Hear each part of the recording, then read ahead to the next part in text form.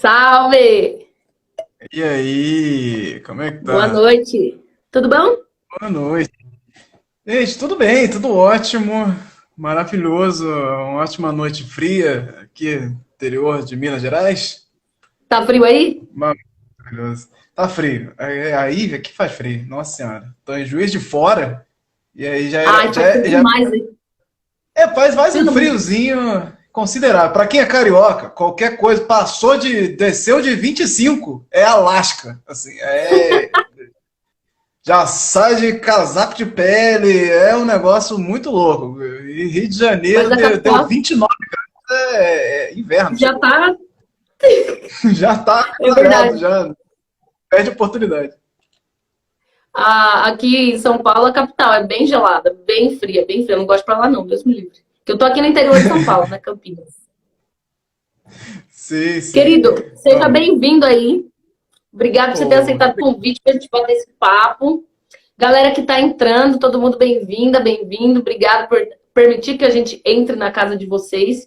E podem perguntar a qualquer hora, a qualquer lugar, a gente vê o que a gente faz para responder, né, Anderson? sim. Vou deixar até aberto aqui o Instagram para não me perder. Pode crer. Mas pode deixar que eu também vou lendo, tá? Se precisar qualquer Tranquilo. coisa, eu vou lendo também. E aí, né, essa live surgiu de uma conversa que a gente estava fazendo para pensar ações para o mês do folclore, né? O tal do mês do folclore, que na escola a gente tem aquela lembrança da quarta série que a gente tinha que pintar o saci e, e colocar uma caixa de papelão na cabeça e falar que era um boi, né? Boi bumbá. E aí nós temos essa Sim, lembrança vaga do dia do folclore e a gente ficou achando que o folclore é isso, né? O boi bumbá, o saci pererê, é isso, vamos que vamos. E não. Então, nós estamos nessa live para falar sobre isso, sobre esse não, que não é. Então, eu queria exatamente. começar. Pode falar, quer falar alguma coisa já, de início? Só quero falar exatamente. É isso. Exatamente. E aí, eu preparei umas perguntinhas, né, para a gente nortear a nossa live, mas vocês podem perguntar e você também fica à vontade para meter o louco na ordem das perguntas, porque aqui a gente gosta de desnorteio mesmo. E aí, a primeira pergunta é, dentro desse mês da cultura popular, né, eu queria começar perguntando o que você faz, né? Você se apresentar para a galera que não te conhece também. Ok, então, eu sou Anderson Alvaz, eu sou ilustrador, designer, formado em design, trabalho com design, ilustração, quadrinhos, na área do audiovisual também, bastante, com animação, com um monte de coisas relacionadas a isso, e atualmente eu tenho trabalhado bastante na área da cultura também. Então, eu tenho divulgado mais o Folclore BR, então, inclusive, estou fazendo parte de consultorias para TV e cinema também, relacionada a folclore. Então, assim, isso é uma coisa muito nova ainda para mim. Então, eu tenho o projeto desde 2013 e é uma coisa muito de projeto pessoal que esse ano começa a tomar um ar também um pouco mais profissional, de trabalhar com outras questões que envolvam o folclore, mas não só nas ilustrações, que eu fazia muito, estava muito mais ligado à área das ilustrações, dos quadrinhos e tudo mais, e agora eu estou me expandindo aí essas possibilidades também. Então, eu sou criador aí do projeto Folclore BR, Uma Nova Visão, que visa falar do folclore e também falar também um pouco do como esse tema está entrelaçado nas pessoas e na nossa forma de viver. E a gente nem faz ideia e fica só ali parado nos mitos e lendas, nessa área do infantil. E tem muito mais coisa para se falar que a gente perde essas oportunidades, perde essas possibilidades aí. E o Folclore BR está aí justamente para tocar o dedo na ferida e falar mais sobre folclore, botar essa palavra aí pro alto, como ela merece. E quais que são os... Porque o Folclore BR é o seu projetão, mas ele tá em quais linguagens, né? Ele tá aqui no Instagram, mas você tem podcast também, tem o Caramba 4, né? Você tá em todas. Tem tudo, tem tudo. Você busca Folclore BR no Google, tudo junto, é bem possível de achar bastante coisa do Folclore BR, inclusive, porque eu tô no Instagram, tô no Facebook, tamo no TikTok, tamo Então, a gente tá em lugar até que a gente não faz muita coisa, tipo LinkedIn. Você vai lá no LinkedIn e busca Folclore BR, você vai encontrar também, tem lá a empresa Folclore Caraca, BR, tudo. mano. Tá em tudo que é lugar. Tem lugar pra botar? Eu boto. Vocês têm uma rede social que você não achou, gente? Fala lá que... Vamos fazer, vou fazer. Vou botar meu nome lá. Então, é Folclore BR, basicamente, só no Twitter, que é Folclore_BR. E o site agora, que é recente também, é o folclorebr.com, onde eu estou lá aglutinando todas as informações relacionadas à página, aos projetos e às brincadeiras que eu faço durante o ano inteiro. E em agosto aí vem uma data que é mais especial. Então, como é o mês do folclore, eu começo a trabalhar melhor o tema porque ele está mais em voga, mas não necessariamente só em agosto. A gente está o ano inteiro falando de folclore e em agosto a gente vem falar: ô galera, que vocês prestaram atenção agora no tema, vem falar também aqui que o ano inteiro a gente está falando disso. Então é para chamar atenção mesmo e fazer o que a gente faz de melhor, que é misturar tudo isso, falar de política, falar de cultura, que são coisas que são muito adultas e muito importantes para a gente falar, e que às vezes a gente se perde um pouco em achismos e limitações também. Estereotipagens, né? É isso, é o que a internet faz. A internet faz muito bem, criar estereótipos aí para tudo É que eu acho que também não é só da internet, né, mas da nossa educação formal, né? Ela se limita, por questão de grade curricular, né? Ela se limita, tipo, vamos passar rapidão aqui, não sei o quê, tem que passar sobre isso, e aí vai, né? Passa Saci Pererê, Boi Bumbá, bora, segue outro tema que estamos atrasados, né? Sempre está atrasado.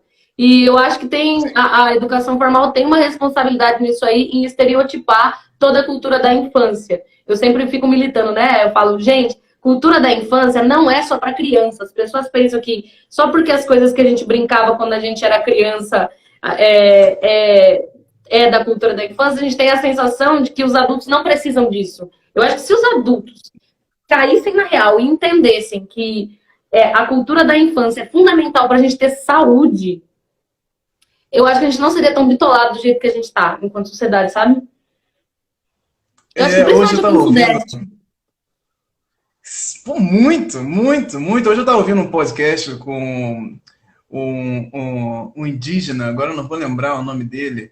Ele estava falando sobre o quanto as crianças são pequenos universitários, porque eles estão o tempo todo querendo saber sobre tudo. E eles perguntam sobre tudo. E isso, dentro de certas culturas indígenas, é observado como um movimento de pesquisa, né? Um movimento de conhecer o mundo, conhecer as coisas. Então você está sempre perguntando: o que é isso? O que é aquilo? Como é que faz? Como é que é aquilo? Como é aquilo outro?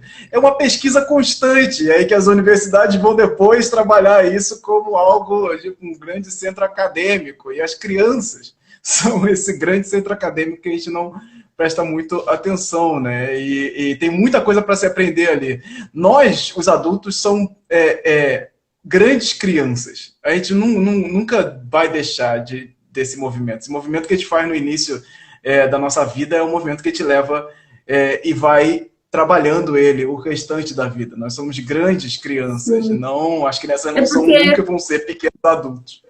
Perfeito. Isso, perfeito. Pequenos adultos, né? O sistema que a gente vive, né? Esse pacto colonial europeu, principalmente, porque as comunidades originárias entendem a infância de uma outra forma, né? Mas quando chega essa colonização do pensamento europeu, que criança é um mini adulto, se você considerar que a criança é um mini adulto, ela vai com certeza ser lesada em relação ao adulto, né? Mas a gente tem que entender a criança como um ser à parte, né? E é recente entender a criança, a infância como algo à parte, mas eu sinto que ainda tem esse olhar do diminuir o que é infantil. E eu acho que por isso também que a nossa cultura popular brasileira ainda é tão deixada de lado nas grades curriculares, né? A potência educativa de uma contação de histórias, a potência educativa de uma roda de maracatu é tão grande e não é aproveitada porque as pessoas acham que coisa para criança é coisa boba, é coisa que só desenvolve a criança e depois segue, né? Depois a gente tem que viver sendo o pagador de boleto, né? Exatamente, assim, exatamente. E aí tem aquela coisa, enfim, dá para fazer um papo só sobre isso muito grande, porque tem aquela coisa de você tratar a criança como: ai meu Deus, a criança, não sei o que, vem cá falar comigo, não sei o que lá. E quando você trata a criança normalmente, ela fica encantada, porque você está falando com ela como você fala com as outras pessoas. E é isso que ela precisa, que você fale com ela só, não precisa fazer uma voz de criança para falar com a criança. Fala assim com cachorro, cachorro gosta, né? Gato gosta, cachorro gosta, mas criança não precisa. Exato, exato. Ela quer que você fale com ela normalmente. É tipo, mas ela não tá te entendendo. Ela tá entendendo. Da maneira dela, ela tá entendendo. Não diminua. Isso é uma das primeiras coisas que a gente fala nos cursos de contação de histórias, né? Quando as professoras vêm procurar, professores, educadores. Primeira coisa, não fale infantiloide, que a gente chama infantiloide, né? Nesse sentido né? Fala normal, as crianças adoram. Tem um monte de crianças que me acompanham aqui no Instagram, tanto que eu tenho, vira e mexe, apagar story que eu falo palavrão, assim, porque eu falo, putz, tem criança, cara, tem que apagar e tal, porque não quero ser essa referência aí, né? Mas a criançada curte, velho, elas curtem assistir tanto quanto os adultos que acompanham. A Cláudia fez uma pergunta, a gente demora um pouquinho para responder, porque às vezes engata, né, um pensamento, mas a Cláudia perguntou assim: como abordar a temática de forma inovadora, sem estereotipar? O que seria essencial transmitir aos nossos estudantes? Olha, esse buraco é bem baixo, assim, né? Mas o que a gente pode começar fazendo, a gente vai falar um pouco, né, durante a nossa live, mas a gente enquanto educador, buscar referências, né? E é muito difícil também, porque o próprio sistema, né? Que eu falei, né? A correria de ter que passar disciplina e tudo mais, não permite que a gente sente no final de semana e pesquise onde que eu vou pesquisar. Acho que a pergunta inicial é essa, né? Eu vou abrir que livro? Porque se eu pegar qualquer coisa de folclore aqui, se eu abro um Google e coloco folclore, vai aparecer a Mula Sem Cabeça. Não deixa de ser. Mas a gente fica só limitado a tal da Mula Sem Cabeça. Você vai páginas e páginas no Google, você acha Mula Sem Cabeça. E esse é um dos trabalhos do Anderson, inclusive, né? Ele tá em todas as redes justamente para quando você colocar lá no Google, aparecer uma abordagem mais antropológica, uma abordagem mais aprofundada sobre a questão, né? Então, eu acho que o primeiro passo é seguir o Folclore BR. Não, eu tô brincando, mas é meio que sério, né? É seguir essas referências que trabalham o folclore com a seriedade que ele merece. Porque a gente acha que só por ser cultura da infância não tem que ser sério, né? Infância tem que ser levada a sério. Né? Diga aí. Não, tem muita coisa aí e o que acontece muitas vezes é que os professores, eles não têm esse tempo hábil para fazer uma série de questões, trabalhar isso de uma melhor forma. Então, o sistema, muitas vezes, educacional, ele acaba se autogerindo dentro das mesmas possibilidades, porque não é passado para frente esse processo todo. Então, o professor, quando ele vai estudar, geralmente ele vai estudar o folclore infantil. Então, ele vai olhar, tipo, como eu ensino folclore para criança. E não é esse o caminho. Não é esse o caminho. Corra desse caminho. Esse é o pior caminho possível, porque é o caminho onde você vai criar o mais do mesmo. Você vai ficar dentro desse ciclo vicioso que não vai sair nunca. É sair disso. É ir para a base do folclore, por exemplo, você estudar os grandes folcloristas e tentar traduzir isso para esse olhar da infância. Lógico que os mitos e lendas e as histórias sempre chamam muita atenção, porque eles são muito fortes, muito potentes, principalmente para as crianças que ficam encantadas com essas histórias. Tem que falar, com certeza. Mas você pode expandir isso para o ensino da cultura brasileira como um todo, sabe? O que a gente entende, na verdade, como cultura brasileira, tem muita coisa de folclore junto. A cultura, ela está em outro lugar. É difícil, às vezes, separar folclore e cultura e tal, mas a cultura está em um outro lugar porque ela abrange muito mais coisas.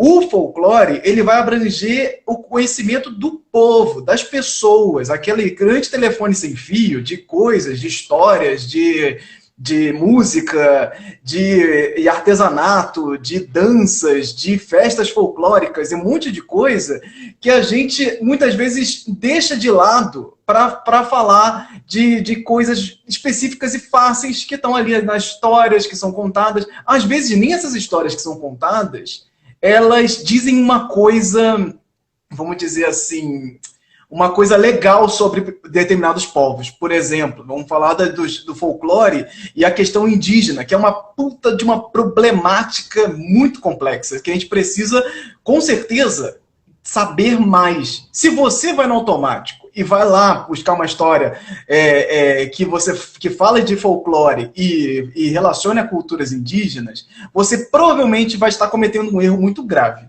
Porque é muito difícil falar disso sem você conhecer as culturas indígenas. Porque você vai massificar os povos indígenas, você vai tratar o índio como uma coisa genérica, você vai falar não vai falar dos povos, você não vai falar de que existem 300 povos no país, você não vai falar das lendas, que existem variedades, que cada lugar fala de um jeito, você não vai falar nada disso, porque você vai pegar aquela história que já está pronta e vai tratar isso, e você muitas vezes nem sabe que eu não conheço, né? Eu não vou dizer que não tenha, mas grande parte dos indígenas e povos indígenas não gostam da palavra folclore. Eles não gostam e acham uma palavra, inclusive, pejorativa para tratar de histórias indígenas. Temos um grande imbróglio aí para conversar, para falar e tal, porque folclore ele atravessa todos os povos do mundo. Não é uma coisa que vai diminuir ninguém, porque folclore ele não é feito para diminuir ninguém. Só que existe um entendimento da palavra que pesa mais para certos povos do que para outros. Então você vai ter que ir lá, meter esse dedo na ferida e entender coisas que vão te fazer um incômodo muito absurdo, porque você não conhece, você não entende, você acha que vai estar falando mal, você acha que vai estar fazendo o que não é essa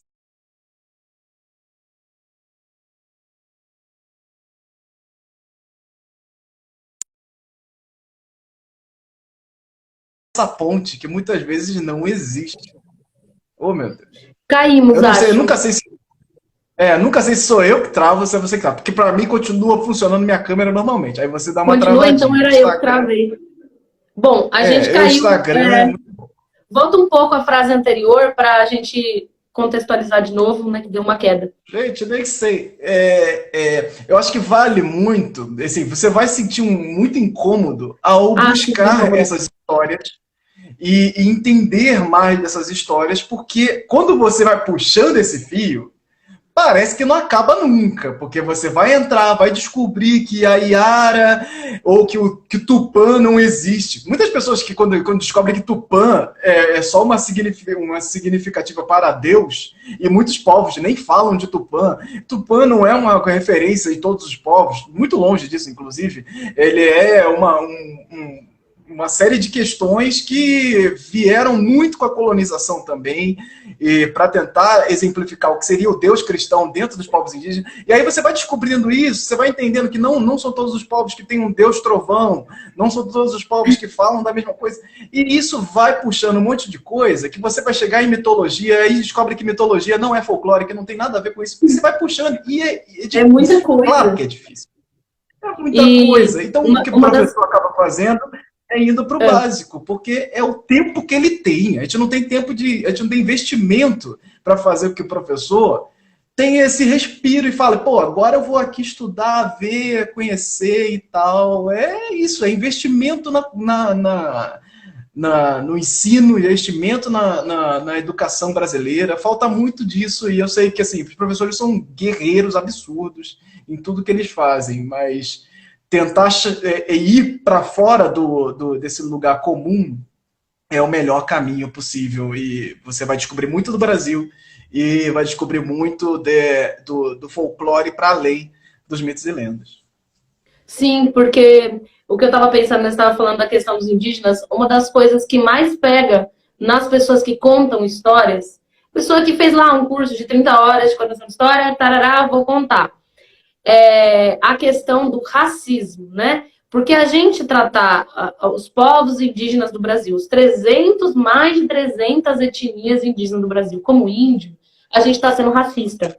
E aí as pessoas ficam assustadas. Quando fala as palavras, você está sendo racista, a pessoa já, caramba, não, eu gosto deles, eu gosto dos índios, eu quero ajudá-los na causa, né? E rola esse perdido. Tem muita gente que hoje em dia tem medo de contar histórias que têm a origem, né? Por exemplo, tem muita gente que tem medo de contar histórias de Yorubás, né? E qual que é como achar, né, o meio termo? Estudar. Ah, eu vou pegar, eu quero contar, eu preciso contar algum conto indígena. Eu vou lá com os escritores indígenas, eu vou lá com o Daniel Munduruku, eu vou com o Ailton Krenak. O Ailton Krenak, ele não escreve para infantil, né? Mas tem muitos outros. Eu posso até deixar, Graça Graúna, posso deixar até uma lista de referências de escritores e escritoras indígenas que estão contando por eles, né? Porque o problema não é a gente contar, é a gente sempre deixá-los como personagens da própria história. Eles são intérpretes da própria história e nunca são os que falam, né? Então, acho que o mais ideal nesses casos é a gente ler o que eles estão contando, em vez da gente começar aquela coisa do contam os índios. Conta, ó, se tem contam os índios, cai fora, já tá o rolê errado, sabe? Mas eu acho que é isso, começa por. Nossa, vocês veem o tamanho, né, do buraco que tem que ir cavando, né? Mas eu acho que começa por tendo essas referências cotidianas, né? Acompanhando pessoas que falam sobre cultura brasileira. Por exemplo, eu e o Anderson começamos a conversar por causa do mapa de beijinhos, que eu faço aqui com a galera que acompanha o meu trabalho. Faço pergunta nos stories, eu falo como que se faz o cumprimento aí, né? É 1, 2 ou 3 beijinhos. Aí as pessoas colocam como que é na região delas. E isso é folclore, porque isso é uma tradição, né? Você só foi lá pro Rio Grande do Sul e de repente você levou 3 beijos e nem sabe o que está acontecendo, né? Ou você foi lá pro Rio de Janeiro e ganhou 2, né? Aqui em São Paulo você não ganha nenhum. Um meio falso, né? Em Minas também. Então isso é folclore. E a gente perceber a dimensão do folclore nas nossas vidas que está acontecendo agora é fundamental. Porque a sensação que se tem quando a gente fala cultura tradicional, cultura popular, folclore, as pessoas têm uma sensação que morreu lá no Monteiro Lobato. Monteiro Lobato ele escreveu sobre tudo o que aconteceu e não acontece mais. E nesse sentido a gente está sendo racista com os indígenas também, porque os povos indígenas estão aqui, estão lutando e estão gritando pra caramba para serem ouvidos, porque eles estão sofrendo massacres, né? E a gente achar que contam os índios lá no passado, contavam os indígenas lá em 1500, a gente está sendo racista também. É cavocar umas questões muito complicadas, né? Então, o mapa de beijinhos, por exemplo, é uma coisa que você pode fazer com seus alunos, com suas alunas, né? Como que é na cidade que você veio tal coisa, né? Como que os seus avós faziam tal coisa e como que a gente faz hoje? Essa comparação temporal, porque o folclore, a cultura popular, ela é um rio, ele é fluido, ele caminha junto com a sociedade. Ele não está parado, não dá para guardar no museu, né? E Sim. A gente vai deixar referências aqui para a live, de livros também, para a gente começar. Tem uma referência que eu sempre gosto de passar, Anderson, que é quando eu começo esse tema de folclore, né? Porque como eu dou curso de teatro e cultura popular, acaba sempre tocando nesse tema, que é o do Carlos Rodrigues Brandão, antropólogo da Unicamp. Ele escreveu um livro para a coleção Primeiros Passos, chamado O que é Folclore? Eu acho que é de 83 ou 84 esse livro, mas vale muito a pena. A coleção Primeiros Passos sempre vale muito a pena, né? Para um início de discussão. Então, eu não sei por onde começa. Vamos seguir os influencers aqui, ó, @folclorebr, e ver, porque a gente sempre está compartilhando fontes, a gente sempre está compartilhando discussões. Eu acho que a gente começar se colocando numa postura antirracista, se colocando numa postura de eu estou estudando na vida, sabe? Eu não estou estudando só para determinados temas, mas eu estou sempre me atualizando nas questões sociais. Não sei, eu vejo como um lugar. O que você acha, Anderson? Sim, você vai se colocar numa situação muitas vezes fragilizada, porque você está entrando num ambiente que você não conhece, é incomum, e vai te causar desconforto, vai te causar um monte de questões, um monte de reflexões que muitas vezes vão te deixar bastante desiludido, tipo, não vou chegar, não vou conseguir falar sobre nada, oh meu Deus do céu. Mas entenda uma coisa, esse desconforto que você pode sentir quando você for falar de histórias negras e histórias indígenas, eu não sei, Laura, você está aí? Eu tô te ouvindo. Tá. É que eu tô subindo para ver se tem comentário, mas vai que vai. E aí você vai falar de histórias indígenas, histórias negras, vai falar de histórias muito brasileiras, assim, muita gente se sente às vezes deslocado do Brasil, não acha que é brasileiro, porque minha família é italiana e eu nasci no Brasil, mas eu sei que sou brasileiro. E essas coisas, elas fazem muito parte dessa reflexão, é necessário essa reflexão para entender o que é ser brasileiro. Mas entenda que esse desconforto, ele é simplesmente o mesmo desconforto que essas pessoas de minorias sociais sentem a vida inteira. Então, assim, a gente passa a vida inteira, eu como pessoa negra, os indígenas, isso vai para vários outros grupos, se sentem desconfortáveis com as questões da sociedade a vida inteira, porque a sociedade tem uma base racista muito forte. Assim, a nossa história traz rachaduras absurdas. E isso é o nosso desconforto. Você saber mais e entender que, putz, caramba, não estou entendendo direito, não sei o quê, isso é o que a gente sente quando a gente nasce, porque você se sente sempre deslocado no tempo, deslocado nas coisas, você olha para a TV, você não se vê, você lê um livro, não entende, você estuda um negócio, não entende. Os indígenas que já tem gerações muito recentes ainda sofrendo coisas iguais a 200 anos atrás. A Constituição de 88 aconteceu ontem. A gente está aí colocando os povos indígenas como parte da sociedade ontem, 30 anos, 30 e poucos anos. Isso é muito absurdo, você pensar em coisas assim. Então, é lógico que causa desconforto. E esse desconforto não vai chegar nem perto do desconforto que essas pessoas sentem durante a vida inteira. Então, assim, o que você vai estar sentindo é normal, faz parte do aprendizado, faz parte desse processo todo. E se desmontar dessas coisas que a gente foi crescendo a vida inteira, pô, super cascudo de tudo, todos esses processos, pô, não quero falar não sei o quê. Isso não é estudar.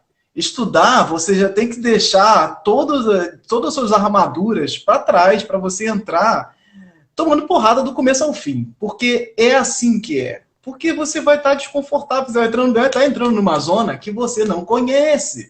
Isso é estudar. Estudar é difícil, é chato, vai trazer um monte de questões. E eu acho que vale muito sempre buscar reflexão. Então, você olhar e falar, putz, será? E às vezes o será é muito no básico. Essa questão das histórias indígenas mesmo, que no folclore é um grande problema, se a gente não fala sobre isso, ele vai continuar sendo um grande problema. Você vai botar isso para debaixo do tapete e continuar indo para debaixo do tapete, como histórias negras são colocadas, como histórias indígenas. Então beleza, a gente vai no normalzão, que dá certo. E dá certo, sabe? Dá certo. Esse é o problema. E aí é que está o problema. Porque dá certo. Se você for no piloto automático, na sua escola, na sua agência de publicidade, do começo ao fim, vai dar certo. Porque a sociedade é feita na base do homem branco cis padrão.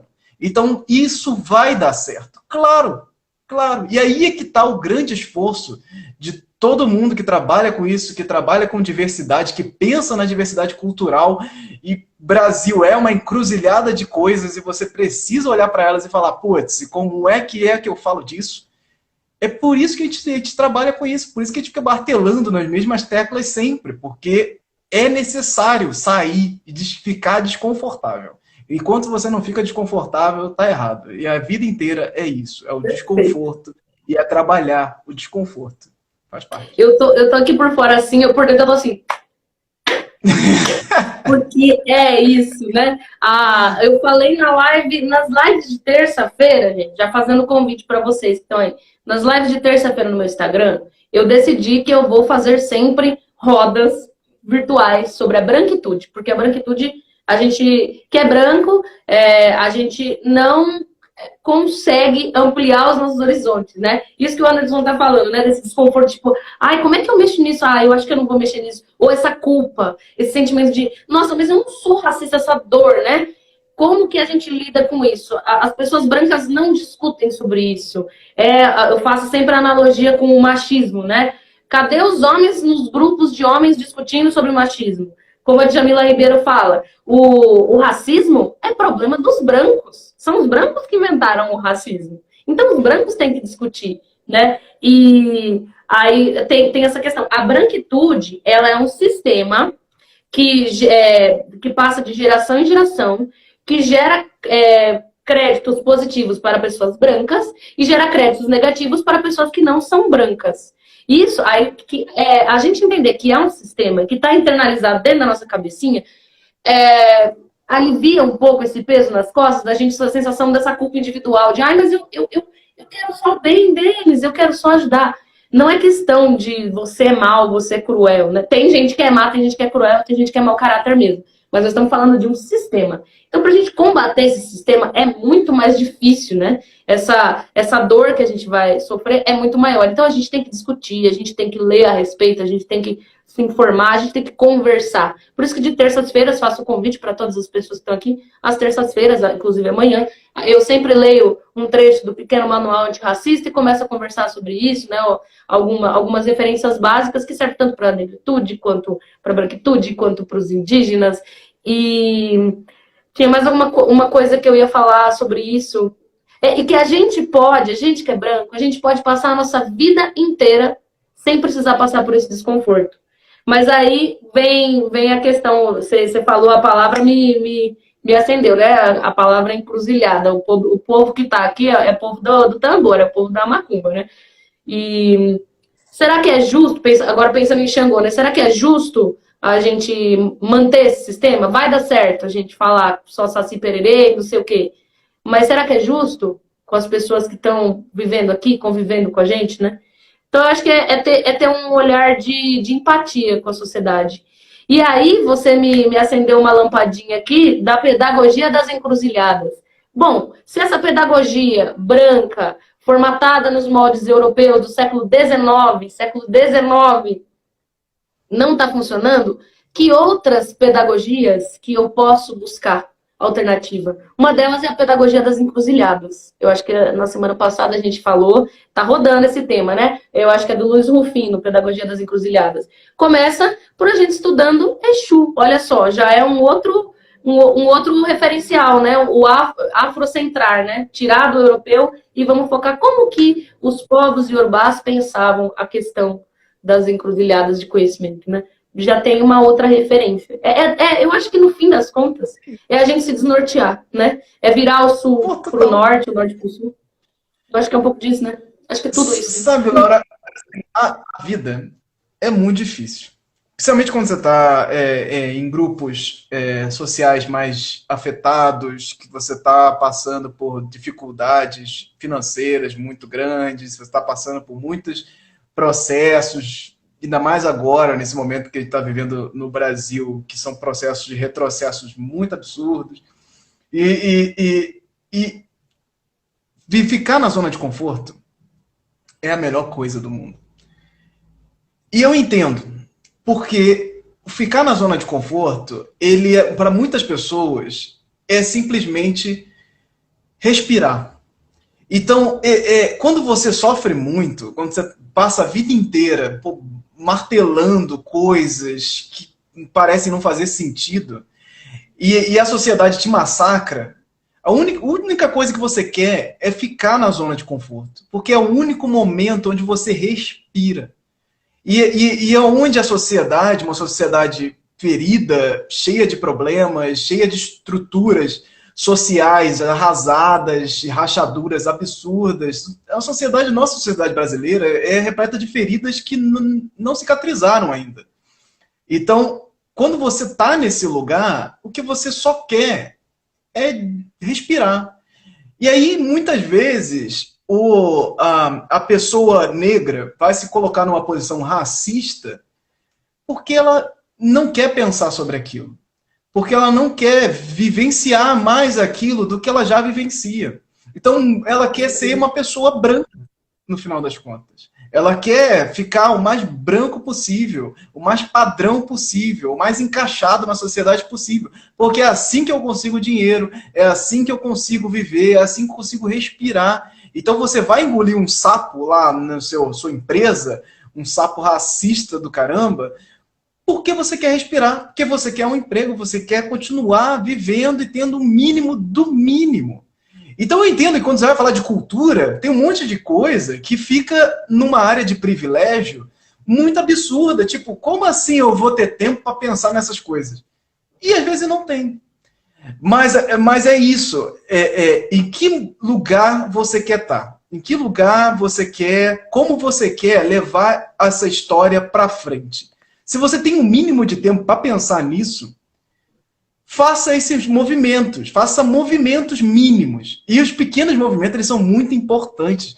Assim, às vezes a gente fala assim, segue o fulano, que aí é importante, faz tal coisa, assiste o filme, assiste a série. São coisas que às vezes você faz no seu dia a dia e que você só não presta atenção o como você poderia estar fazendo isso de uma maneira um pouco mais arrojada. Eu sempre falo do cinema brasileiro, quantas pessoas falam mal do cinema brasileiro, no Brasil é muito comum ter isso, e você precisa arrojar o seu olhar para você enxergar isso e colocar isso dentro da sua rotina. Então, ao invés de você... A gente aqui que está na internet, a gente já está num meio bastante privilegiado. Grande parte do Brasil não tem nem acesso a assistir uma live no Instagram. Então, aqui, o grupo que já está aqui, já é um grupo seleto. Então, assim, a gente já está num grupo seleto de pessoas que estão numa área que a sociedade, muita gente não atinge, que é a internet plena, é a internet que você consegue assistir uma live, é a internet que não tem essa banda larga que trava em tal negócio. Então, assim, existe todo um universo de possibilidades que a gente acaba voltando muito para essa questão do Sudeste, do Rio de Janeiro, São Paulo, e é o que acontece na TV, e é o que acontece na Globo, o que acontece na novela, porque são as coisas que estão mais acessíveis.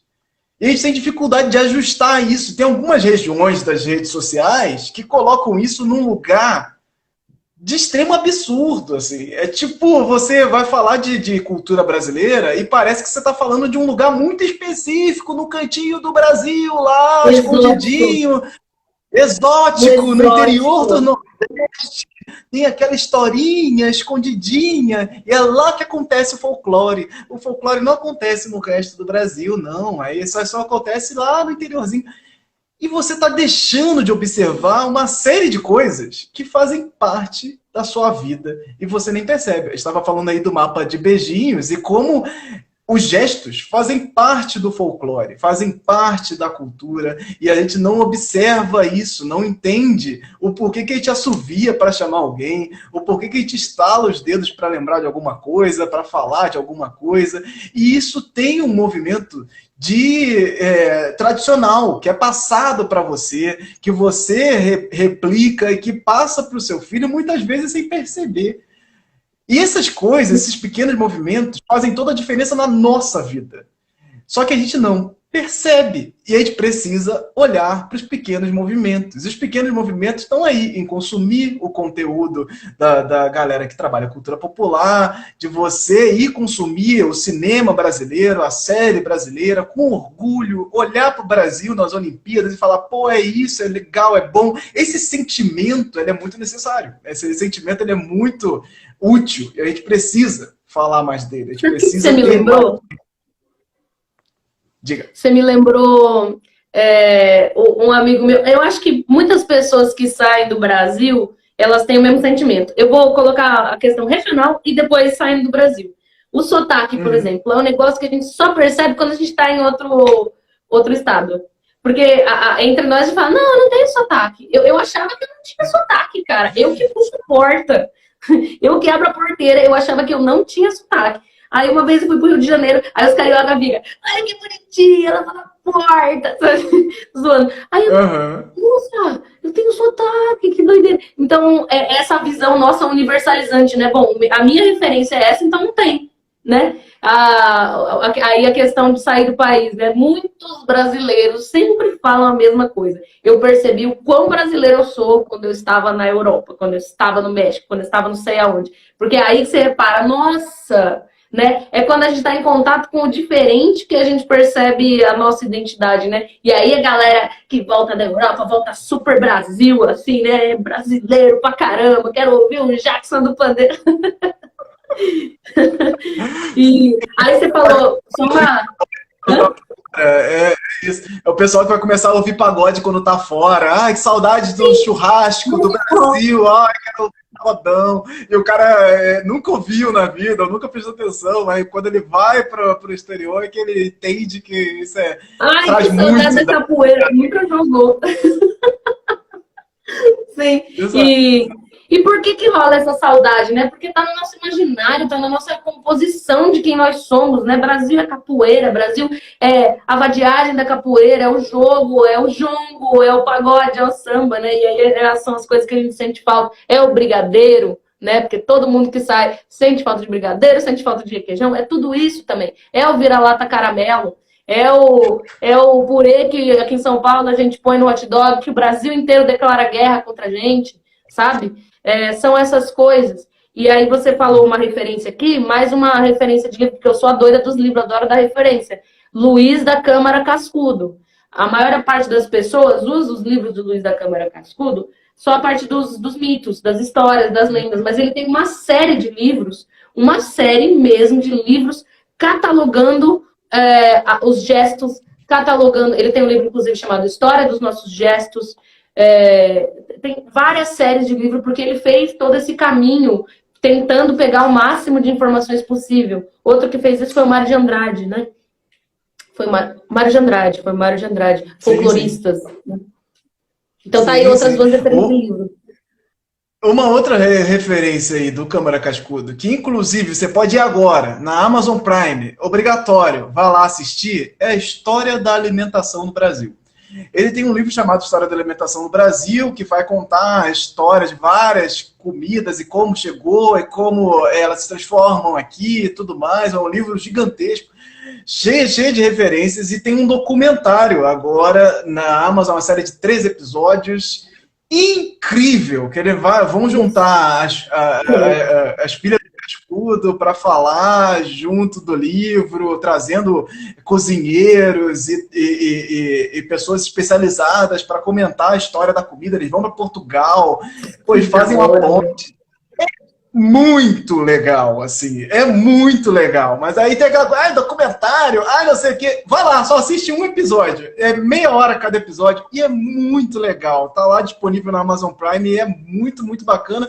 Pode ser uma primeira zona de contato ali com isso também, que faz com que você queira saber mais, assim. A gente precisa de mais coisas nesse tipo para expandir. E aí você vai falar, por exemplo, de folclore e comida para os seus alunos, por exemplo, e olha aí, como eles não conhecem comida, como eles não sabem o que é. E mesmo que não saiba, olha que legal você apresentar comidas diferentes. A última vez que eu travei, você falou sobre o documentário da comida, que pode ser um primeiro momento, né? Que as crianças podem não saber do que se trata, mas elas sabem comer, e elas têm uma mãe que cozinha, uma avó, um vô, um tio, alguém que fez a comida tal, né? E a gente sair também desse lugar legal, vamos fazer aí paçoca, vamos fazer um bolo de cenoura e não sei o quê. Por exemplo, feijoada, né? A história da feijoada, ela não tem absolutamente nada a ver com o que a gente acha que é. E o próprio Câmara Cascudo quebra essa versão, né? Que é comida dos escravizados, não existe, não é verdade. São historietas, né? Mitos não, que eu não gosto de usar mito como mentira, né? São versões falsas, são falsas etimologias, né? Falsas origens que vão sendo criadas, né? Por exemplo, outra falsa origem da manga com leite, que os escravizados tinham medo de comer manga com leite, também não é verdade. Então, beleza, vamos fazer uma aula só sobre comidas folclóricas, mas vamos pesquisar a origem dessa comida? Será que, se eu olhar nesse primeiro resultado que apareceu no Google, será que realmente ele vai me dizer a verdadeira história? E é legal que, assim, às vezes a gente não tem uma origem. E aí é que as pessoas ficam muito tristes, do tipo, como assim não tem uma origem? Fala que a origem é indígena. Indígena de onde? Mas indígena. Tá, temos aí 300 povos existentes hoje no país, mais de 300 etnias, e no Brasil já existiam milhões de indígenas, hoje temos menos de 1 milhão. Já existiram milhões de indígenas e povos que hoje não existem mais. Que povo indígena era essa origem? Mas não tem. E aí você vai falar que é de origem indígena, mas vai dizer que é de origem de um povo que você não sabe qual é. E pronto, tá tudo bem, assim, você não saber de onde veio isso, mas você sabe a amplitude disso. E aí é que tá o poder das palavras. É você conseguir passar para as pessoas que você tem noção da amplitude do Brasil, da amplitude dos povos e para onde que as coisas vão, da onde as coisas vêm. Ah, isso aí veio da África. África onde? África como África país. África do Sul, tem África do Sul? Tem. É da África do Sul que veio? Ah, não sei. Então você não sabe. Veio de algum país da África, e aí você vai desenrolando. Existem muitos países na África, e isso você consegue falar com adultos, com crianças. Você está até falando essa questão de histórias para crianças, histórias para adultos, e não sei o quê. Uma vez, falando com o Daniel Munduruku, ele falou um negócio que é tipo assim, muito, muito interessante de se pensar, né? Os povos indígenas, dentro do seio dos povos, muitas vezes contam histórias para todos. A história, ela não tem uma faixa etária. Ah, eu vou contar agora história para adultos, saiam as crianças. Não existe isso. Numa roda de conversa, a história ela é contada para todos e todas. Então não existe uma faixa etária. A faixa etária é uma coisa muito nossa, muito atual, assim, da sociedade agora, tentando fazer isso, inclusive num modo de conteúdo, de audiovisual e tal. Isso é uma coisa muito agora. Faixa etária não é uma coisa que deveria existir. Só que existem as camadas e formas de falar cada coisa. O certo seria tudo ser faixa etária livre. Não existe faixa etária, acabou faixa etária. E você, como pai, defina para o seu filho o que ele deve assistir ou não. Ou que é a hora de se assistir tal coisa ou não. Ou se ele entende o que ele está assistindo ou não. O que temos hoje na prática... O entender é muito essa visão... Porque a criança que me assiste contando história de Ansan, tá, contei a história lá do casamento de Ansan, casamento super tóxico, abusivo, não sei o quê. As mulheres que passaram por isso vão entender de um jeito. Os caras que passaram o casamento vão entender de outro. E as crianças vão entender de outro. Tem criança que assiste seguidamente o vídeo de Ansan. Alguma coisa está trabalhando lá dentro dela. E não é a mesma coisa que a mulher adulta, mas você vai dizer que ela não entendeu? Você vai dizer, não, ela não está pronta. Ela entendeu, ela está absorvendo outros elementos. E às vezes até mais que a gente.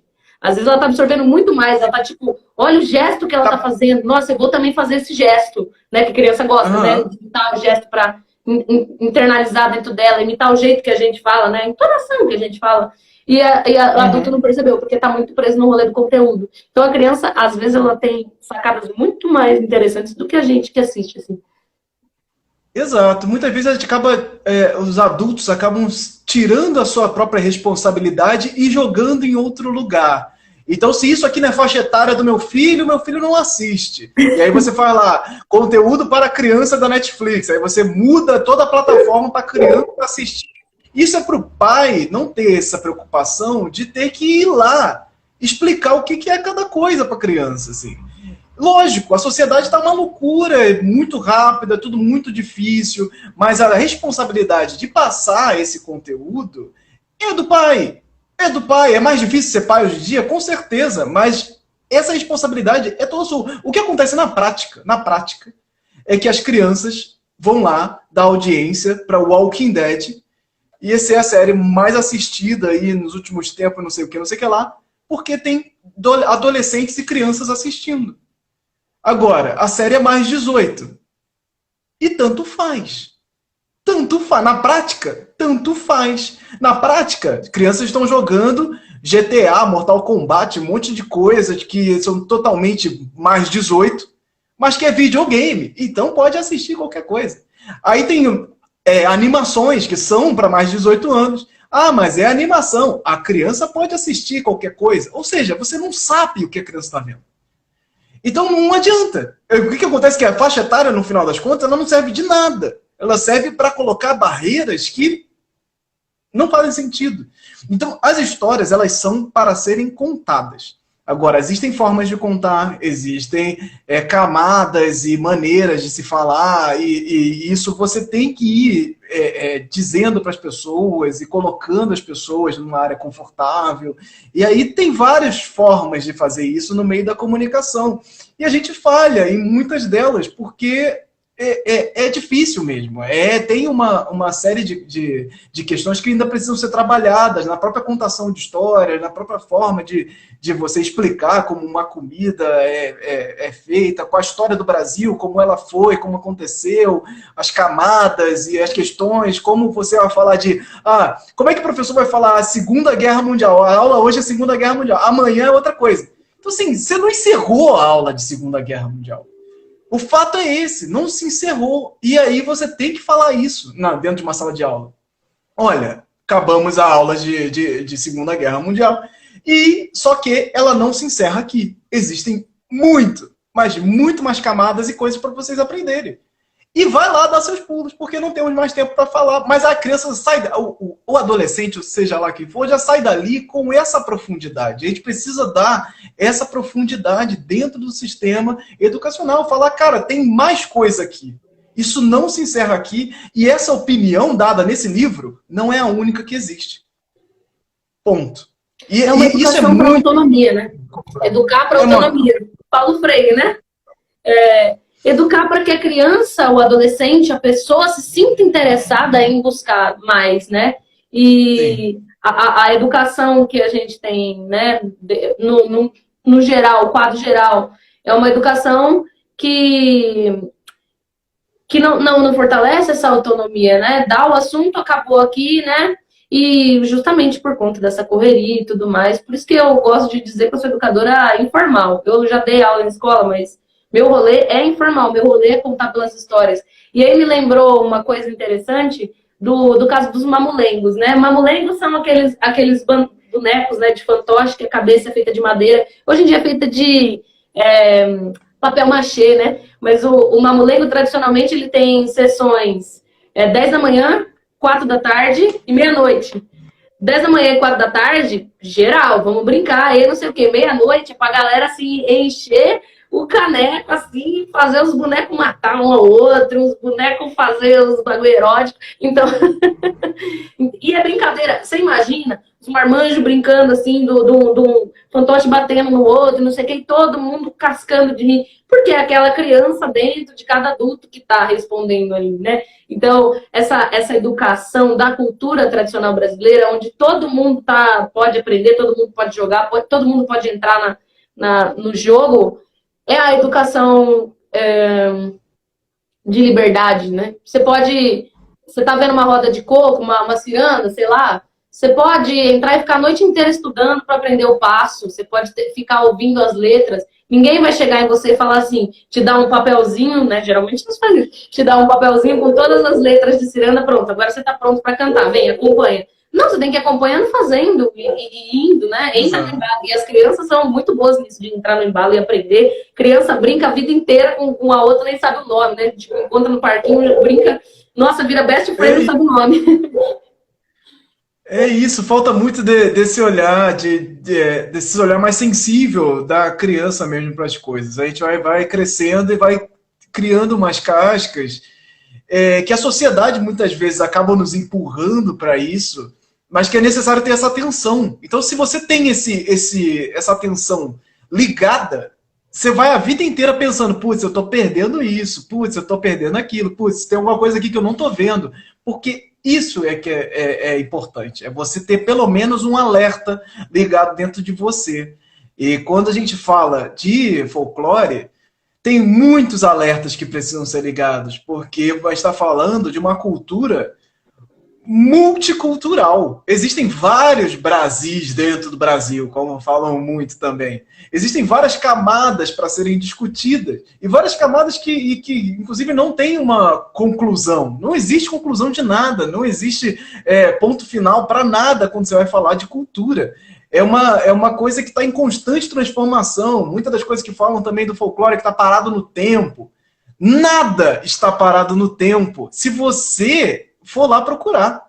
Se você for lá entender a história de alguma coisa, você vai perceber que nem essa história está parada no tempo, porque o que você sabe é o raso do raso de qualquer coisa. Ela não está parada no tempo. Ela está parada no tempo porque ela tem um tempo histórico.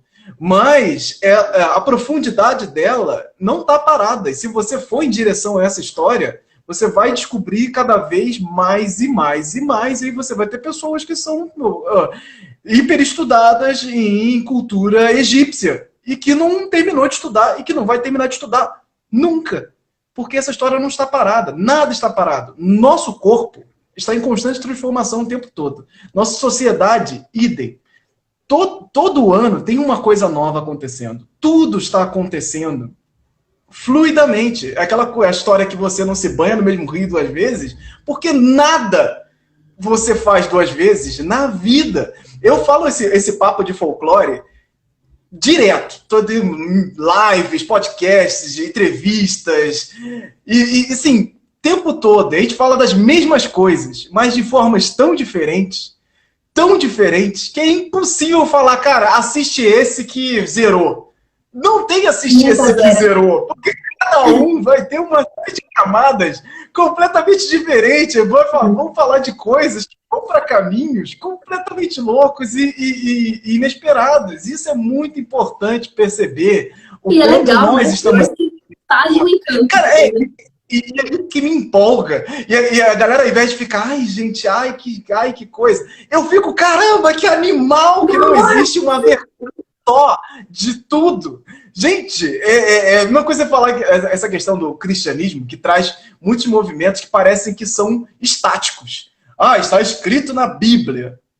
Nem o que está escrito na Bíblia as pessoas conseguem ter a profundidade, porque aquilo é uma camada de uma versão, de uma tradução, de uma reedição de muitas e muitas e muitas histórias. De uma tradição que era oral e foi registrada, né? Por quem não viveu aquilo que foi contado. Foi um telefone sem fio, né? Cara, colocar aqui, né? E isso me lembrou a live que eu fiz com o Tio Birso, né? E o Tio Birso, a gente estava falando sobre as disputas das narrativas, né? A versão que a gente sabe aqui hoje, agora, logo mais, ela cai. O processo da ciência é esse. A ciência, ela tá viva também. Ela tem um pressuposto e ela pede, tipo, por favor, alguém quebra esse pressuposto, alguém mostre que isso está errado. Tá existindo aqui agora até alguém provar que está errado. As histórias também são assim. Tá existindo aqui agora essa versão até a outra submergir. Que a gente estava falando sobre como as narrativas, elas... É como se tem uma narrativa oficial sobre os fatos e todas as outras que foram visibilizadas, geralmente desses povos que foram massacrados, elas estão aqui, ó. É um vulcão em erupção. Uma hora ela vai explodir, né? Que a gente estava falando sobre a questão da manifestação da estátua do Borba Gato, né? E a narrativa oficial, ela tá aqui, ó, tentando segurar, mas em algum momento explode. E aí a gente revê, a gente tem a oportunidade de olhar e falar assim, cara, realmente, né? Não faz sentido essa versão. E por isso que é sempre bom a gente também estar estudando pesquisadores contemporâneos. E não só ficar parado no pesquisador lá antigo. Porque a gente pode falar assim, quero estudar folclore, vou pegar lá a Casa Grande Senzala, do Gilberto Freire. E é importante. E é aí que o estudo vem para... Ah, meu Deus, mas como é que você estuda? Esse cara é um racista. Você tem que estudar esse cara racista. Você tem que ir lá ler para entender. E não adianta eu falar mal do Monteiro Lobato, porque ele é um racista maldito, tem que tacar no fogo, se eu nunca li absolutamente nada dele. Nada. E ler, mesmo com toda a tonalidade racista, é importante para você falar, putz, o cara escrevia isso e era best-seller nessa época. Uau! Tinha uma sociedade ali que você não faz ideia de como é que funcionava. Perfeito. E isso é muito importante. Você ler com esse olhar, não adianta. Mas você está falando que Câmara Cascudo não fala de povos indígenas, e não fala. Um dos maiores erros que a gente vive falando no Folclore BR sobre o Câmara Cascudo é que ele não estava nem aí para explicar as etnias indígenas. Então ele vai falar de um monte de questões indígenas, que veio origem indígena, mas não diz de onde. Ele vai com base em outros pesquisadores, claro, e tal, mas não tem a localização dos indígenas em nenhum lugar. Então você fica, porque ele é um homem do tem tempo uma coisa ali. Né? Perfeito. Isso, né? Não dá pra gente também falar assim, não, acaba tudo, tal, porque a maior parte das coisas que a gente estava sabendo agora foi porque alguém passou por ali, né? Tem a Semana da Arte Moderna. A Semana da Arte Moderna, ela é uma semana que está no tempo dela. Mas a gente só está tendo essa revisão dos manifestos para o Brasil, não sei o quê, porque nós estamos 100 anos depois. Ano que vem faz 100 anos a Semana de Arte Moderna. Tá, tudo bem, ela tem um zilhão de questões, mas ela foi um primeiro passo para a gente começar a ver isso agora. E beleza, tá lá, ok, estudamos, tem coisas que estão datadas, a gente precisa atualizar, né? É importantíssimo a gente pegar essas referências mais antigas, porque são pessoas do tempo delas, mas também é muito importante a gente estar pegando as novas, porque eu vejo que tem muitas escolas ainda, que a grade ainda está baseada só no Gilberto Freire, só no Câmara Cascudo, e aí se esquece dos pesquisadores atuais que estão revendo essas histórias, principalmente os pesquisadores indígenas, né, que estão recontando essa história. Tem um livro para não falar besteira, deixa eu ver se é o Cacaverá, eu acho que é o Cacaverá, que ele conta a história do Brasil. O nome do livro é A Terra dos Mil Povos. A história do Brasil contada por um índio. Pô, mudamos o referencial, beleza, vamos na aula de história abrir esse livro aqui com a criançada, em vez de eu abrir a história lá do que contaram que Cabral descobriu, né? Ou então, beleza, Sim. Vamos pegar a história do Cabral descobriu e ler a carta do Pero Vaz de Caminha. Já é um outro negócio assim, do tipo, caraca, olha o jeito que ele tratava as mulheres na carta, cara. Primeira coisa que ele fala das mulheres na carta é da vagina delas, tipo... Sabe? A única coisa que ele fala das mulheres é tipo como que as indígenas tinham a vagina muito mais bonita que as europeias. Então, a gente já começa a perceber que eram pessoas do tempo delas escrevendo, né? Isso acho que é fundamental. Eu só sei a palavra que você está falando. O que não desfaz nada. E aí é que a gente perde muito nessas análises, porque parece que se você diz uma coisa, você diz outra. E no momento que eu digo que você tem que ler Monteiro Lobato, eu não estou dizendo que ele era racista. Até para a época dele mesmo. A abolição da escravatura já tinha passado, todo o processo social de inclusão já estava ali em andamento e tudo mais. Muitos problemas na sociedade, mas sim, na época, até para a época ele era racista. Sim, dentro da sociedade, a imposição que ele vivia, a forma que ele fazia, sim, era. É importante? Também. E aí é que está um grande dilema, que muitas vezes as pessoas acabam só focando em passar pano em tudo. Ah, Câmara Cascudo, excelente folclorista, mestre, intocável. Monteiro Lobato, mestre, folclorista, Sítio do Pica-Pau Amarelo, perfeito, intocável. Coloca no panteão, né? Você bota o cara lá no alto e você tem que falar dele, é impecável, e ponto. O que acontece? Que muitas vezes, dentro vamos botar uma prova de uma universidade, vestibular e tal, você tem que saber o que é o certo para o que eles estão perguntando. E aí é outra conversa, porque muitas vezes você vai falar de descobrimento do Brasil, que não tinha nada de descobrimento e não sei o que lá, mas se você vai responder isso num vestibular, você toma um 0. Por quê? Não é assim que está descrito na história lá do gabarito do negócio. Então, assim, é uma série de questões, é uma série de camadas, mas que tem muito, muito papo e muita profundidade, que você... Deixando no raso, deixando aqui, ó, acabou, é isso, ponto final, você limita as pessoas a ir buscar mais e entender que tem um outro atrás daqui. Aqui, ó, para vocês. Tem uma origem indígena, de algum povo saiu, ou de vários povos que se cruzaram, e são mais de 300 povos no Brasil hoje, já existiram milhares de outros, com outras civilizações e outras histórias. Eu estou te dizendo que por trás daquela história existe milhares de anos de outras histórias. Não acaba ali, não termina nesse lugar. Tem uma outra coisa atrás daquilo ali. E isso é o que nós somos. Uma encruzilhada de histórias.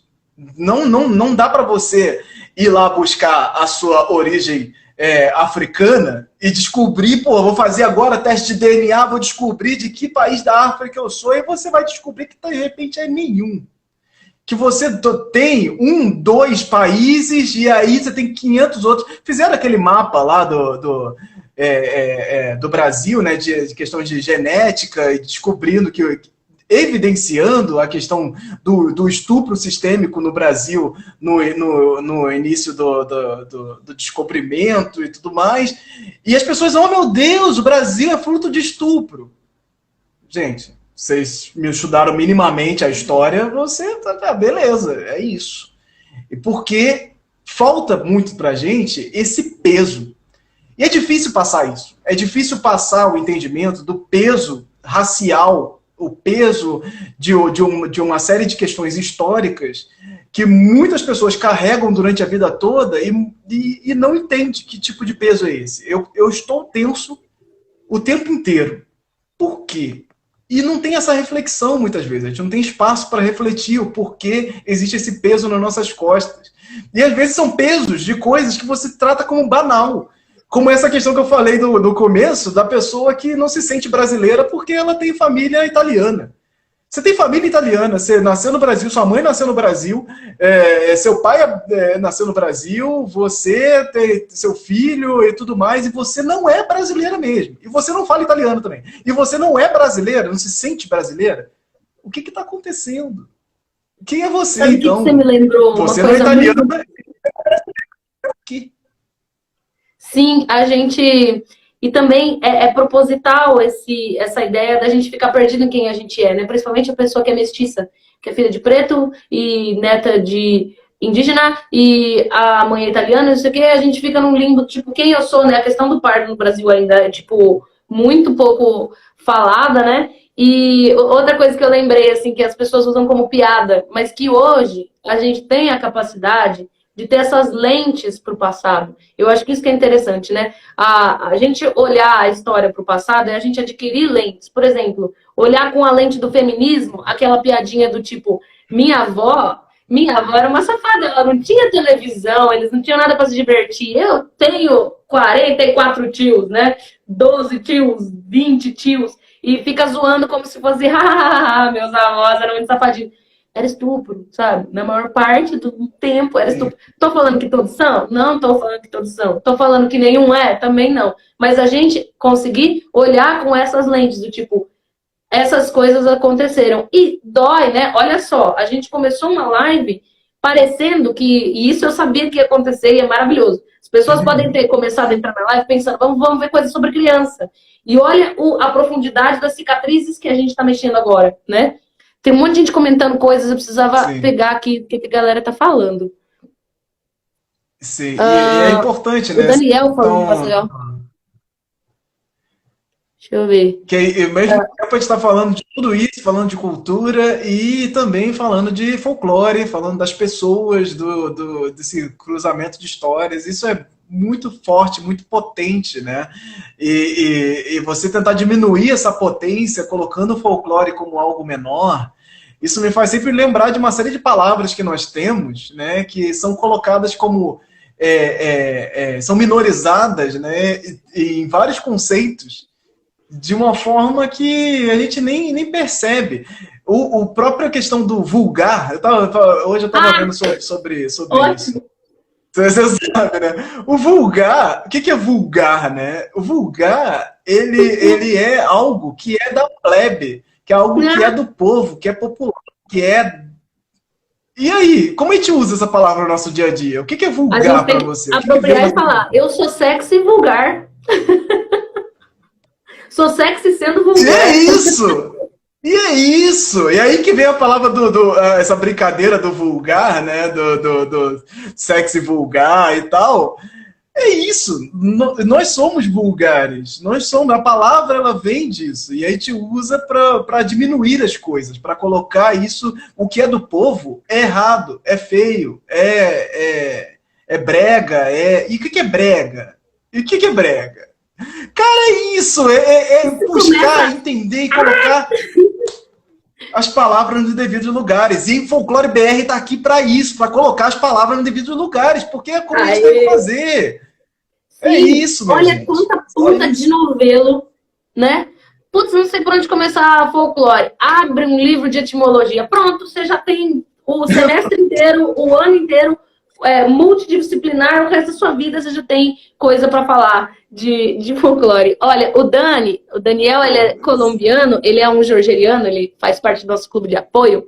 Ele falou que Eu também pensava que não tinha sotaque, até porque minha região, comparada com outros departamentos na Colômbia, é muito esquecida. E tem sotaques marcantes em toda a Colômbia. Sim, é engraçado, né? Quando a gente não percebe, né? Agora eu acho que no Brasil você percebe realmente que você é colombiano, né? Monique, é sempre Uhum. muito bom ouvir o Anderson. Olha lá, tem o fã-clube seu tá aqui.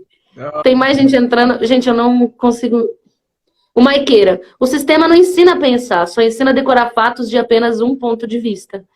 Mas estamos mudando isso, né? Eu acho que a gente está aqui para fazer frente mesmo, né? Deixa eu ver se tem mais coisa que eu tenho que ficar baixando aqui. Aqui, o Petorrino. Torino. Acho lindo cada versão distorcida das coisas. As histórias de meu avô me tocam profundamente, por mais que estejam tortas e longe dos livros. Sim, a gente falar de folclore, a gente falar da nossa genealogia, a gente falar da história da nossa sociedade brasileira, é a gente falar da nossa família. Primeiro passo para a gente querer entender a sociedade é a gente desenhar essa árvore genealógica, e é uma provocação que muita Uhum. gente fica, o quê? Como assim? Eu só sei até meus avós. Liga lá para sua tia lá do interior de Goiás, você liga para ela e fala, tia, me conta, quem é irmão do não sei quem é primo não sei quem. Eu estava fazendo árvore genealógica, né, porque eu faço essa tarefa com os meus alunos do curso de teatro e contação de história, e aí eu descobri que a minha vizinha é minha prima de segundo grau, sabe? Depois disso eu fui chamando ela Eita. de prima. E a gente nem sabia, a gente acabou chegando, porque você vai entrando nos troncos da árvore, assim, você vai indo. Aí hoje em dia eu chamo minha vizinha de prima, nem não fazia ideia. Então, essas coisas fazem a gente descobrir a nossa memória social enquanto brasileiro, né? Se você não se sente brasileiro, vai fuçar lá na árvore da tua família. Tenho certeza que você vai achar terra aqui. Você vai achar povo originário, sabe? Cara, assim, é porque se você não se sente brasileiro, talvez você não pertença a lugar nenhum. E aí é que é o grande lance, sabe? Se você não, você nasceu aqui, só conhece aqui, sabe tudo daqui, mesmo que você tenha alguma ascendência, alguma coisa, a sua terra, o que você se identifica, a sua identidade, ela foi formada nessa terra aqui. E essa terra não é uma terra perfeita. Ela não é uma terra formada por.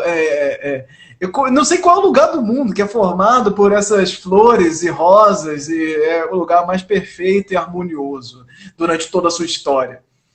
Num geral, nós somos formados por muito sangue e muita guerra, muita coisa, tragédias que aconteceram. E nos países colonizados, né, você tem outras camadas, porque foi o momento onde pessoas realmente foram diminuídas num nível catastrófico. E o Brasil sofre muito por não tratar essas feridas. A gente não fala dessas feridas, a gente não comenta, a gente coloca isso em lugares muito específicos, bota negros para falar só sobre escravidão em tudo que é lugar. E aí você fala que negros são descendentes de escravizados. E você tem esse lugar do não entendimento do que isso significou e não tem peso essas coisas. Você vai falar da escravidão na hora da aula e você não lembra que, pô, no Brasil teve 300 anos de escravidão. O que são 300 anos de escravidão para um país que tem 500 anos? Não são 300 anos só, né? A gente percebe que a coisa está muito mais enraizada, que o problema é muito mais embaixo e que a coisa foi muito pior. O nosso país, a nossa história como possibilidade de estar aqui conversando sobre isso é muito recente. É muito ontem. Nós somos um bebê de conversa sobre essas coisas, sobre essa profundidade, sobre eu poder falar que eu negro, fiz uma universidade. Isso tem 40 anos de conversa e menos ainda de entrada, que é quando Porque você se tem aí pensar as cotas, que a nossa geração, coisas sim, recentes pra caramba. pelo menos a minha geração, eu sou a primeira da universidade pública, saca? Então começa, não é, né? Sim, totalmente, principalmente uma pessoa. E eu que sou branca ainda, né? Que tive todos os ônus, os bônus, na verdade, né? Todos os bônus sociais eu tive, e o primeiro é da Exato. família, então, né? Muito recente. Mas Sim. Nossa, é muito, muito bom estar conversando com você, assim, eu imagino que as pessoas também estejam gostando muito, que muito pedagógico mesmo, né? Eu acho que a gente está trazendo esses temas com... São temas difíceis, são temas pesados, mas com leveza também, né? Que é a nossa responsa como artista, falar sobre essas questões e acolher essas pessoas que também se sentem culpadas, né? Eu acho que nesse sentido Sim, nosso trabalho conversa muito, né? A gente está brincando e mostrando para você, através da brincadeira, a respeitar. Na live da capoeira a gente falou sobre isso, né? Que a capoeira tá lá nos cantos, enquanto tá rolando a roda, tá se cantando história, tá se cantando coisas que aconteceram. Pode ser naquele dia ou naquele século, cantando da escravidão, cantando das dores, cantando da guerra que tal pessoa foi, quem matou fulano. E quando a gente começa a gente entra pela brincadeira, a gente acha tudo feliz, bonito, colorido, depois que a gente percebe a profundidade. E é assim que a gente consegue começar a respeitar. Respeitar, né? Olhar de novo. Você pira na origem das palavras, eu também piro. Então, tipo, olhar novamente, né? Respeito. Respecto. Deixa eu ver se tem a galera exato. falando aqui. Porque eu não sei quanto tempo a gente já tá de live, mas eu acho que a gente já pode encaminhar. Ai, é muito triste encaminhar pro fim, porque tá muito bom, velho. Nossa. É isso, cara. Tem muita camada nesse papo. E quando a gente fala lá, pô, peraí, como assim você tem um podcast de folclore? Você só fala de folclore? Só fala de folclore. Mas como assim? E parou aí? Parou aí o quê? Você sabe o que é folclore? Você sabe o que tem para conversar sobre isso? Pô, não, assim, é Saci Curupira e acabou. Ei, vai falar mais o quê? Então vai lá ouvir. Vai lá ouvir, vai lá entender, vai lá assistir. Porque a minha ideia, justamente com o projeto, é trazer essas camadas de como nós conseguimos fazer pontes com produções, por exemplo, do audiovisual, da literatura, pop, que está rolando agora, que é internacional e tal, com as coisas que são produzidas aqui, como nós produzimos e nós consumimos as coisas daqui. Então, a ideia com o projeto é sempre estar trazendo essa ponte e falando, trazendo as pessoas para dialogar sobre isso. Então, no momento que a gente tem, por exemplo, uma Yara Flor, que é a Mulher Maravilha brasileira, dentro da DC Comics, tem o Batman, Super-Homem e tudo mais, e o quanto ela traz de estereótipos sobre o Brasil, de problemáticas e de coisas muito importantes e potentes, é só ruim? Não é só ruim. Não tem como ser só ruim, porque você está fazendo uma ponte de entrada num lugar que vai abrir uma série de possibilidades e discussões que a gente não conseguiria abrir de nenhuma outra forma. Cidade Então você vai ter Invisível. lá uma Cidade Invisível no Netflix. Ah, mas a série é ruim, a série é isso, a série é aquilo. Mas Meu amigo, eu consegui com essa série trazer uma série de discussões e fazer uma live com spoilers de 4 horas explicando cada lenda, cada questão que eles falam e cada momento, destroçando desmiuçando aquela série de uma maneira que torne ela mais potente e que eu possa desejar que numa próxima temporada ela seja melhor. É isso que eu quero. Eu quero que Yara Flor seja melhor. Eu não quero acabar com ela. Eu quero que ela seja melhor. Que todas essas produções do audiovisual, da literatura, das ilustrações, que temos muitas ilustrações relacionadas a folclore, eu quero que elas sejam que elas se melhores. aprimorem, que elas ampliem diversidade. É difícil, é complicado, não tem lugar onde pesquisar direito, onde ver e acontecer, mas se você tem uma percepção, se você abre sua mente para as possibilidades, você consegue fazer algo melhor. É perfeito? Nunca vai ser. Nunca. E aí a gente tem que botar isso na cabeça. Ah, mas eu vou produzir, se eu produzir e sair assim assado. Lide com isso. É isso que você tem que fazer. Admite que está errado, admite que está ruim e que você vai melhorar. Não adianta. E Ah, a professor, gente eu fiz a prova está ruim, está errada, tirei 0. Melhore. É isso que o professor vai te responder. Melhore. E a gente admitir também que daqui 50 anos estou rezando para a gente estar errado também, um monte de coisa. né? Para daqui a 50 anos falarem assim, nossa, como que elas falavam um conto desse jeito, cara? Porque tem essa e essa e essa e essa questão. Por exemplo, tem um monte de invisibilidades que a gente ainda não olhou enquanto sociedade. As pessoas com deficiência, cadê elas nos espaços, né? Mano, tem coisa pra caramba. As pessoas LGBT, né? As pessoas negras, as pessoas indígenas. Gente, tanta invisibilidade que a gente ainda não olhou e a possibilidade da gente estar datado, da gente estar errado aqui, tipo, da gente ainda não ter aberto todos os horizontes, é o que faz a gente continuar também. Porque eu torço para daqui 20 anos estar limitada. Tipo, a visão que eu tinha aqui, né, estar limitada. E que eu me aprimore, né, também, né, que eu consiga acompanhar esse fluxo. Mas é isso, né? As ideias, elas ficam. E um medo que eu tenho, assim, eu não quero nunca ter que olhar para um conteúdo que eu produzi há 3 anos atrás e falar, olha, perfeito, intocável. Isso é um terror. Se eu produzir algo há 3 anos atrás, eu tenho que saber pelo menos umas 500 coisas que deveriam estar ali a mais. Perfeito. Porque senão minha trajetória aqui não serviu de nada. Como assim, em 3 anos eu não aprendi nada? Em 3 anos eu tô martelando nas mesmas coisas. Eu olho o meu conteúdo de 3 anos atrás e olho e falo, pô, não tem nada a acrescentar? Nada!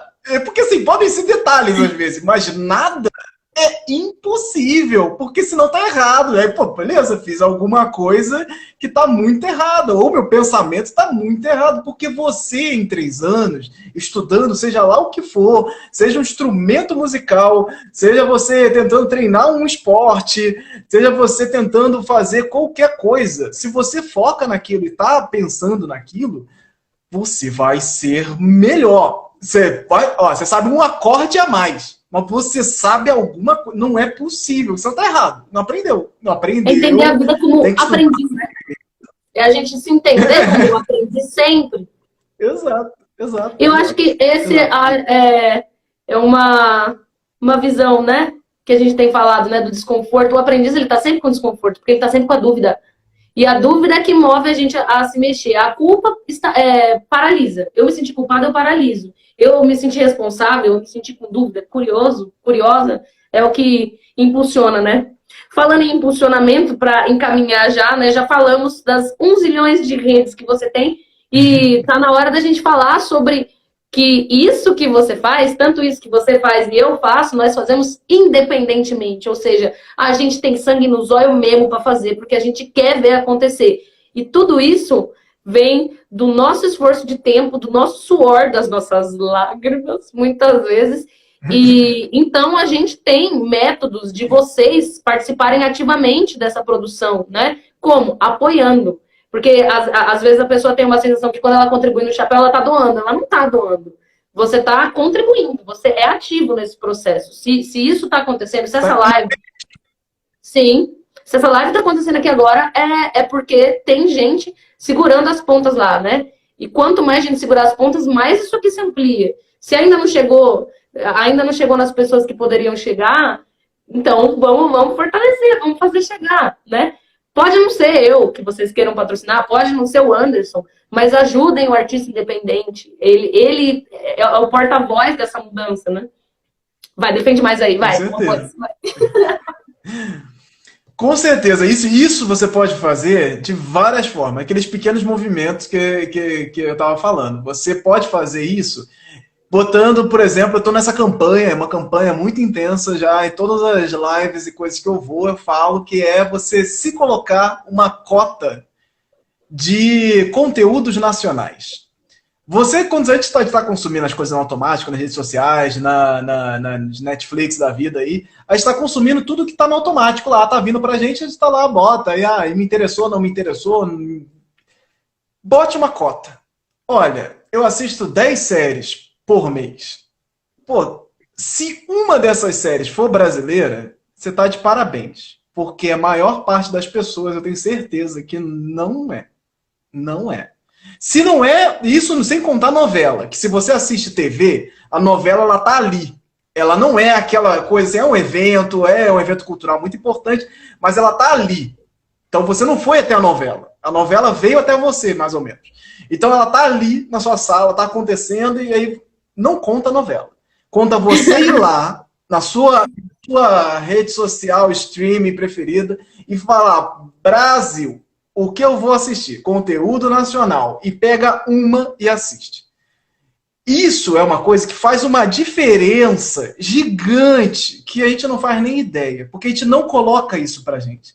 Quando a gente vai consumir as coisas no automático, a gente não tem essa noção do quanto a gente deixa pra lá os conteúdos nacionais. Isso vale para livro, para série, para filme, para dia a dia. Você vai assistir coisas relacionadas a teatro, a música, você vai num show, você vai fazer... Todas essas coisas que estão no nosso meio de entretenimento, de conhecimento, de estudo, geralmente você vai indo no automático, você vai pegar muito mais coisas gringas e muito mais coisas que não estão ligadas ali à sua terra, ao seu lugar, não falam português. Que nem tem muita gente que vai, por exemplo, assistir, garimpar séries coreanas, porque, ai, gente, não tem mais nada para assistir. Assisti todas as séries coreanas que tem para assistir. E não assisti uma brasileira, assim, anos. Nem sabe o que é. Por quê? Porque essa fuga tão grande que muita gente tem das próprias coisas. Ai, mas é estranho assistir. Ai, mas não é estranho bom, assistir né? alguém falando Não é bom. Esse é o negócio. Do mesmo jeito que Também. música. Pô, Spotify, não é inglês. Nossa. Se o Spotify puder fazer essa ferramenta lá de quantos gringos você segue, quantos brasileiros você segue, você vai ver a escala monumental de brasileiros aí que você não segue. E é importante dizer que ouçam os gringos. A gente também não pode ficar só aqui, Brasil. Mas, né? Parece que é um movimento anti-gringo. Aqui acabou o gringo, agora. Não é 8, tirem esse pensamento dicotômico da cabeça. Pelo amor de Deus. Não é vai ou não vai, o certo ou errado, o que vai, o que é, que não é. Tirem isso da cabeça. Toda vez que a gente defende o conteúdo nacional, as formas de consumo, etc e tal, não estamos falando de esqueçam os gringos, porque não tem nem como isso acontecer. Assim, o capitalismo vai te impedir de fazer qualquer tipo desse movimento, porque as coisas que funcionam no automático, elas funcionam para quem tem mais grana. E quem tem mais grana vai pipocar na sua cara, com certeza, muito, muito mais do que quem não tem. As séries e filmes e coisas milionárias vão chamar muito mais atenção. Sim. Porque tem muito investimento ali, tem muita coisa para te fazer realmente esse olhar na porta da sua de casa, encanto. abriu. O próprio Ariano Suassuna, que mais falava mal dos gringos, ele falava assim, eu vou muito para um lado, eu pego muito no pé para ir para o lado da brasilidade, porque eu sei que vocês vão para outro lado, então vocês que acham o equilíbrio. Eu vou ser extremo para cá, para vocês acharem o equilíbrio. Até ele, que era extremo, falava isso, que a gente tem que encontrar o equilíbrio. Também, a gente não tem que fazer tudo, né? O artista não tem que fazer tudo, te dá tudo, né? Você que tem que achar o equilíbrio. Namastê, total. Total.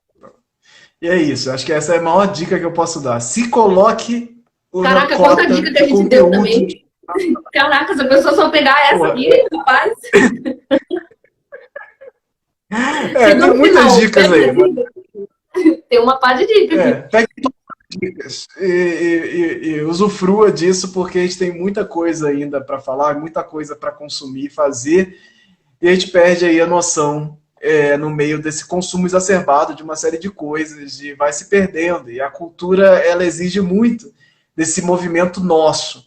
E o nosso movimento, indo para esse lance da globalização, que o Suassuna atacou tanto na vida, é o não movimento. A globalização e todo esse lance do capitalismo entrando na nossa vida e colocando a coisa na nossa cara é o não movimento. É quando você está parado assistindo as coisas que estão te mandando.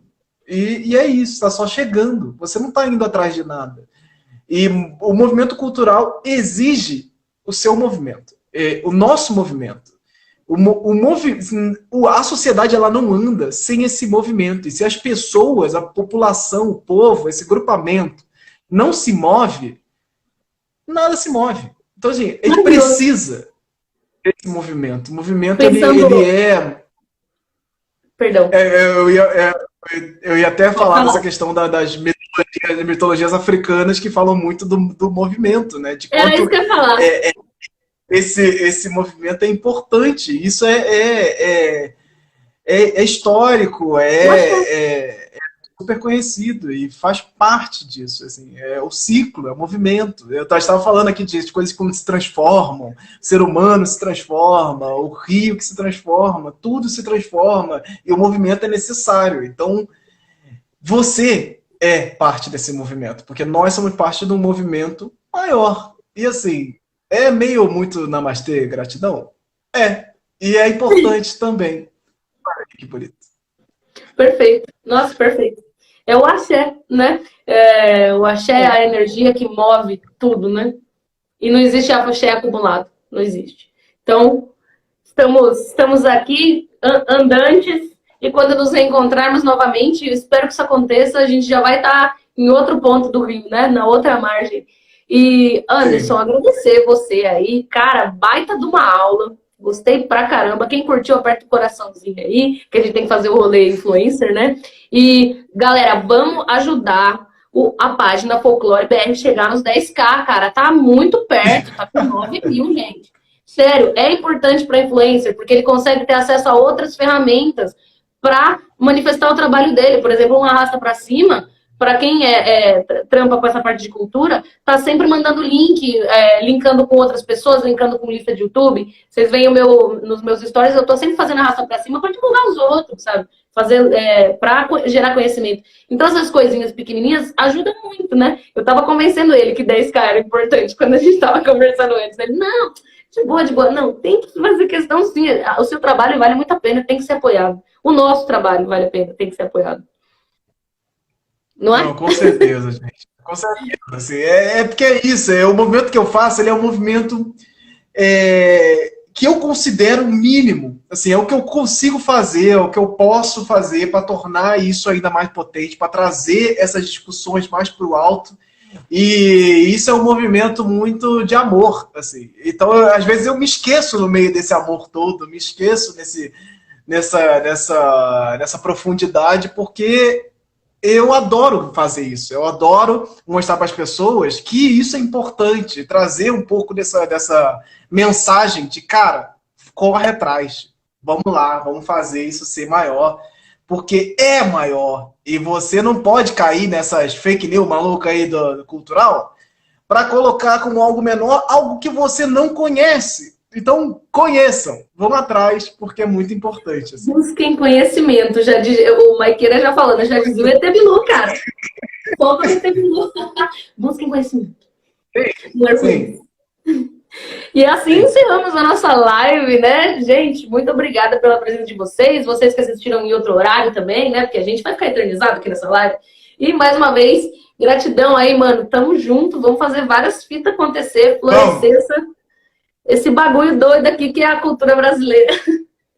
Vamos, entrem lá na página aqui no Folclore BR, segue aí. E esse mês é o mês do folclore, né? Dia 22 de agosto é o dia do folclore. E nós vamos aí fazer muita coisa, presta atenção. Folclore BR Somando Visões, evento online que vai rolar aí. Procura somandovisões.com.br ou folclorebr.com para você saber mais e descobrir mais coisas aí, porque vai bombar esse mês. Vai Temos ser muitos bom. assuntos, muito papo, vai ser bom demais. Vem com a gente. Gente, muito obrigada. Anderson, é nóis, mano. Tamo junto pra caramba. Axé. Tchau, tchau.